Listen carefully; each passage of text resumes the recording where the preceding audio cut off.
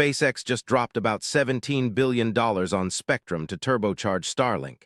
And yes, I'll use lots of irreverent, politically incorrect humor while explaining why your phone might soon talk to a satellite instead of your carrier.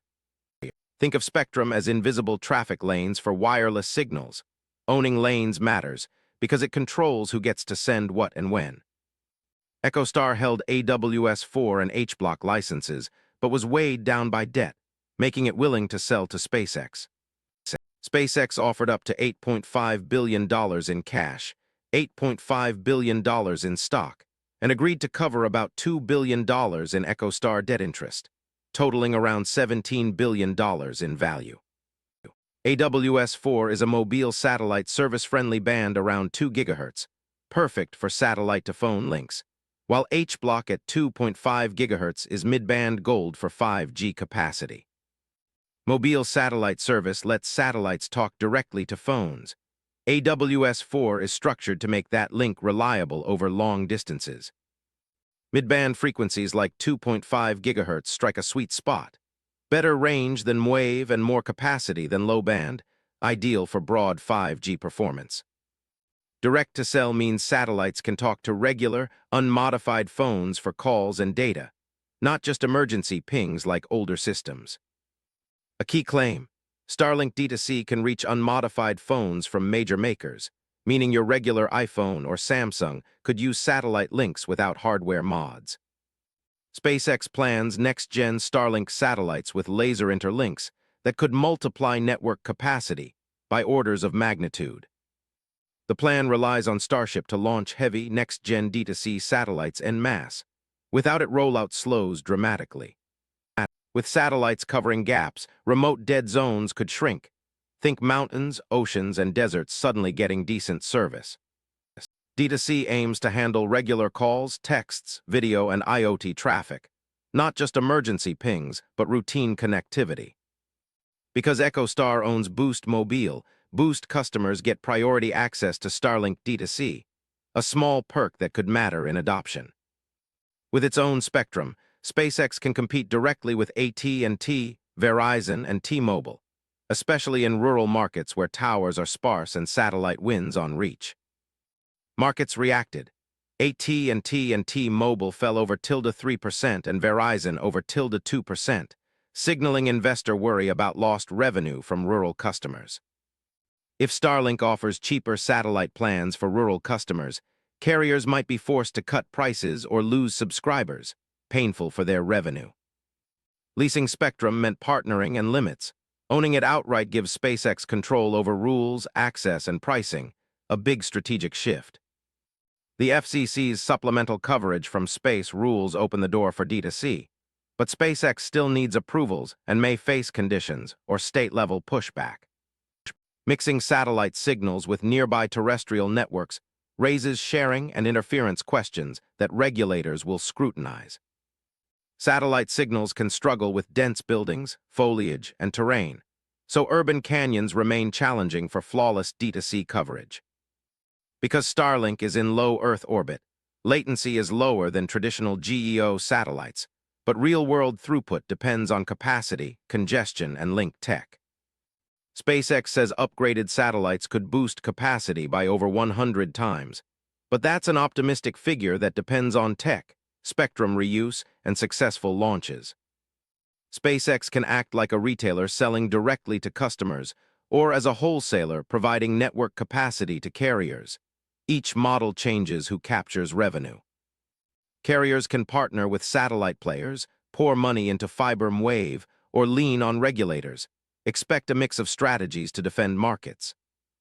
Owning launches, satellites, and spectrum creates vertical power that could invite antitrust scrutiny if SpaceX uses it to shut competitors out. If SpaceX has spare spectrum, it could lease capacity to others, possibly earning billions annually beyond retail subscriptions. Routing voice and data through SpaceX servers raises privacy questions about who sees your traffic and where it's stored. The optimistic path: launches ramp in 2026 and commercial D2C service could scale by 2027, but that depends heavily on Starship performance. Analysts range from bullish, calling it a watershed moment, to cautious, saying it's a bold but risky bet dependent on launches and rules.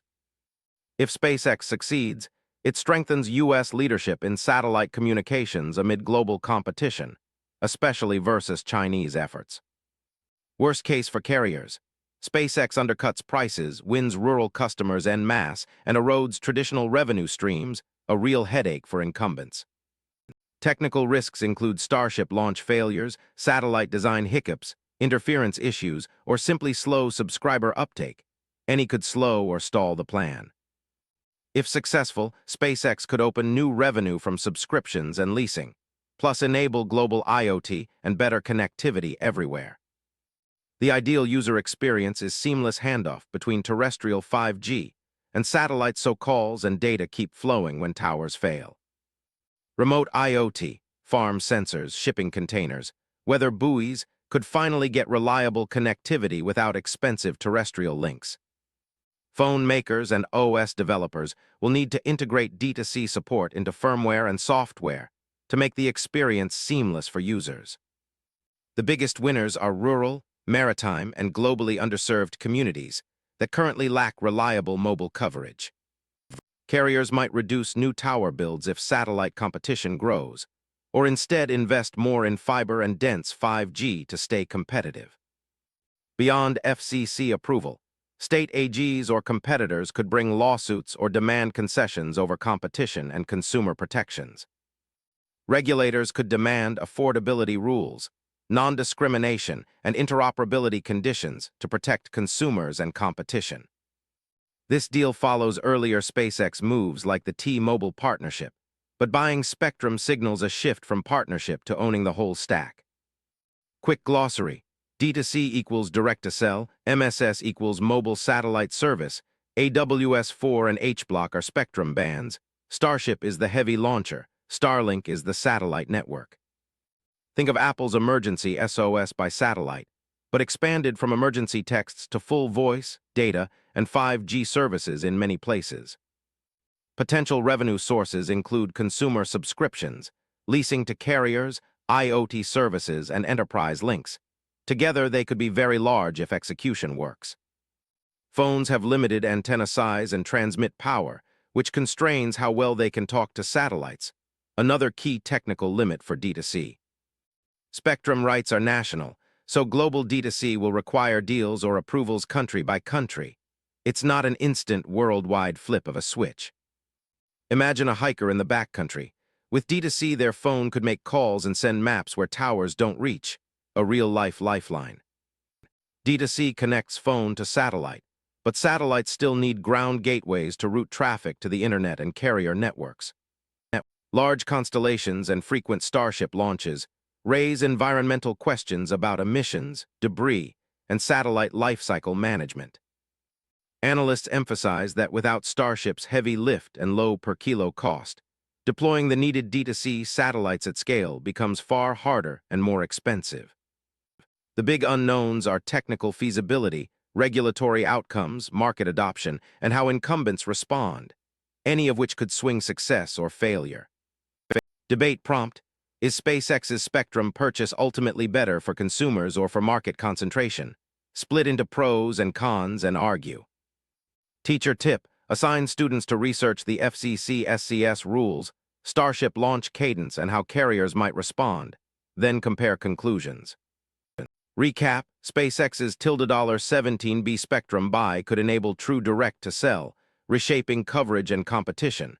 But success depends on Starship approvals and technical realities.